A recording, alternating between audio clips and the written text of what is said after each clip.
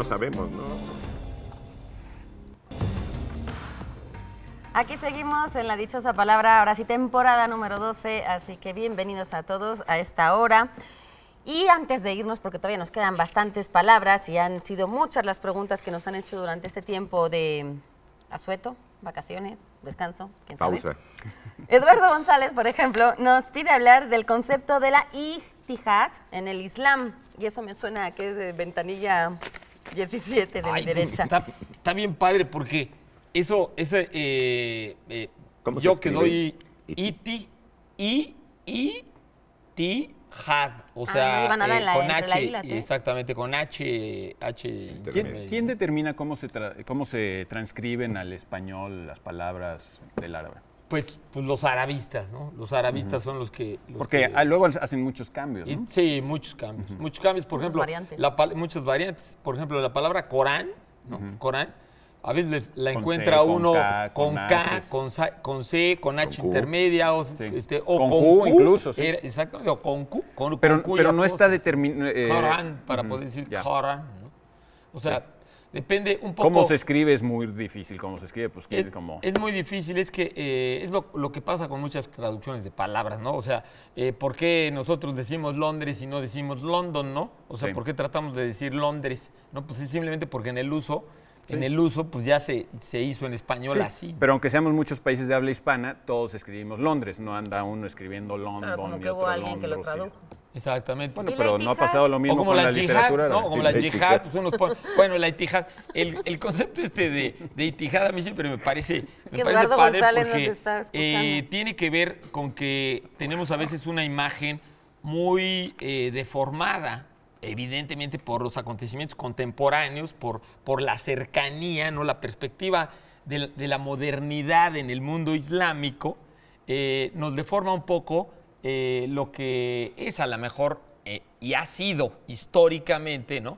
El mundo musulmán y la cultura islámica en general, ¿no? O sea, este concepto de Itihad tiene que ver con algo que a todo el mundo va a sorprender y es que desde principios del Islam, sobre todo en los primeros siglos, Itihad quiere decir el esfuerzo y, ojo, racional. El esfuerzo racional por analizar, comprender, interpretando de una manera original lo que no se entiende de la religión. O sea, lo que no entiendes de la religión, analizarlo racionalmente, de una manera independiente, de una manera original, y tratar de comprender o llegar a una verdad religiosa, pero a través de la razón.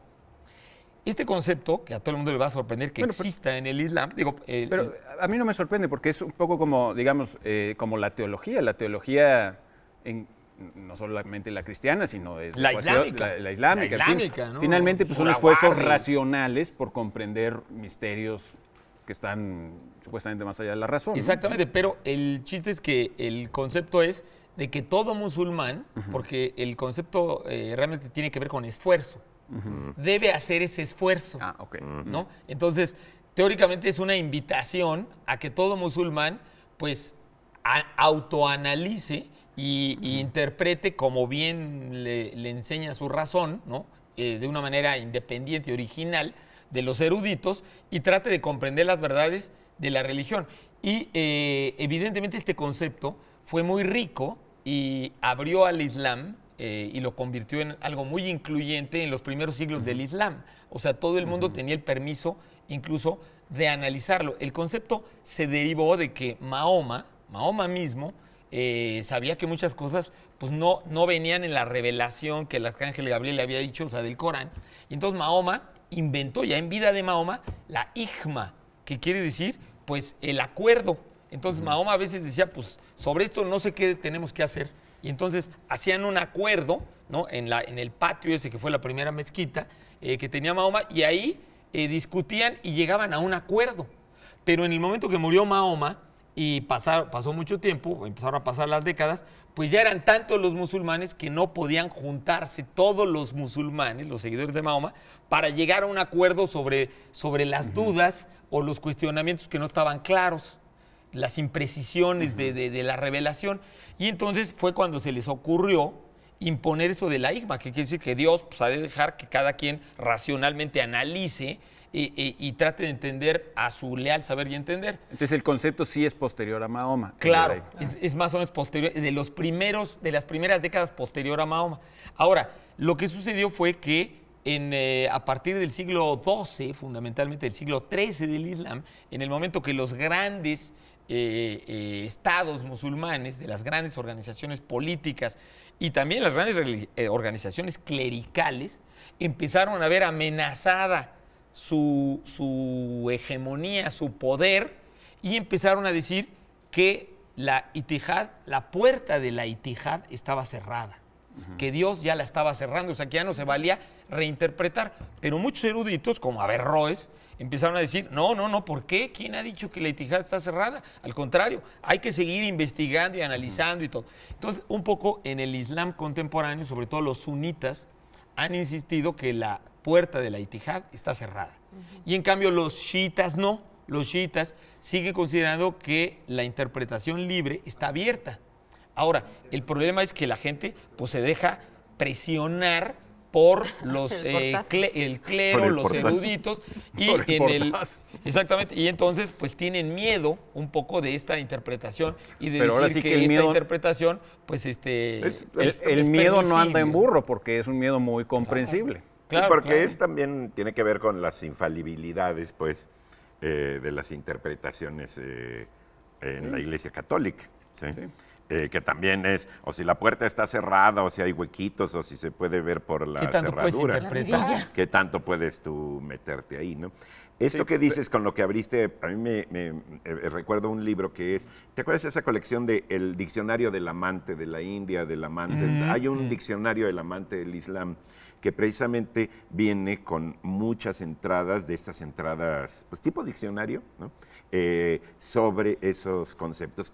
No, lo que ahorita no me acuerdo es cuál es la editorial, ¿sí?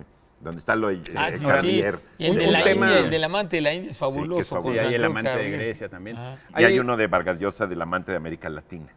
Qué padre. Qué padre. En esa colección. Y uno, el más caro es el del amante de la ópera, pero ese lo tiene, bueno. ¿Y la ópera se supone que es también una región del mundo? Sí, probablemente sí. Ya nos tenemos que ir, ¿no? El amante del tiempo nos está pidiendo ya irnos, así que ahí vamos con las respuestas del día de hoy. La dichosa palabra hoy respondía a la definición que decía acertijo en el que se propone adivinar una palabra aludiendo a su significado, empleando sus sílabos e indicando el orden numérico de estas. Suele ponerse en verso. La palabra que estábamos buscando, la ven ustedes ahí en pantalla, es charada. Claro, pero en inglés tiene un poco otro significado. Claro. Sí, claro. Sí, otro género. Algunos de los ganadores que esta noche fueron los primeros en responder a esta dichosa palabra fueron Fernando López Casillas, Oli Martí, Frida Amaga, Jorge Malgara, Adi Dalai, en fin, hay mucha gente, tanto por Twitter como por Facebook, como por teléfono, que han estado comunicándose con nosotros y que agradecemos, por supuesto. No sé si habrá alguna respuesta más de la pregunta que estábamos haciendo de qué libro ustedes adaptarían a ¿Tú qué libro adaptarías al cine? Antes estábamos comentando, ya se me olvidó. Los hermanos Karamazov, Travesuras de una niña mala, de Vargas Llosa, Arma Blanca, de José Agustín, no conozco ese libro. Rebelión en la Granja, de Orwell. Esa sería simpática. Esa ya no la adaptaron. Pero tiene que ser como en caricaturas, ¿o qué? ¿Cómo le hicieron? ¿Se disfrazaron de cerdos? No, bueno, pues si el cerdito en dibujos animados. No, o en 3D. Con eso que les ponen a hablar a los animales. Ok. Es decir, que el cochinito hace así. Con Mr. Ed, digamos. Y sí, como Mr. Ed. O como ¿alguna otra? Porque nos el Pepe Ábalos, el Lobo Estepario, Marcos Honorato Velasco, cartero de Bukowski, nos dice Enodorama. El médico de Noah Gordon, de Alejandra Isa. Gracias. Marzo se acabó, pero la dichosa empezó, así que recuerden, estamos ya al aire todos los sábados a las 8 de la noche, así que pasen la voz. Y ahora sí, ya les queda media hora de la hora del planeta, apaguen todo porque nosotros...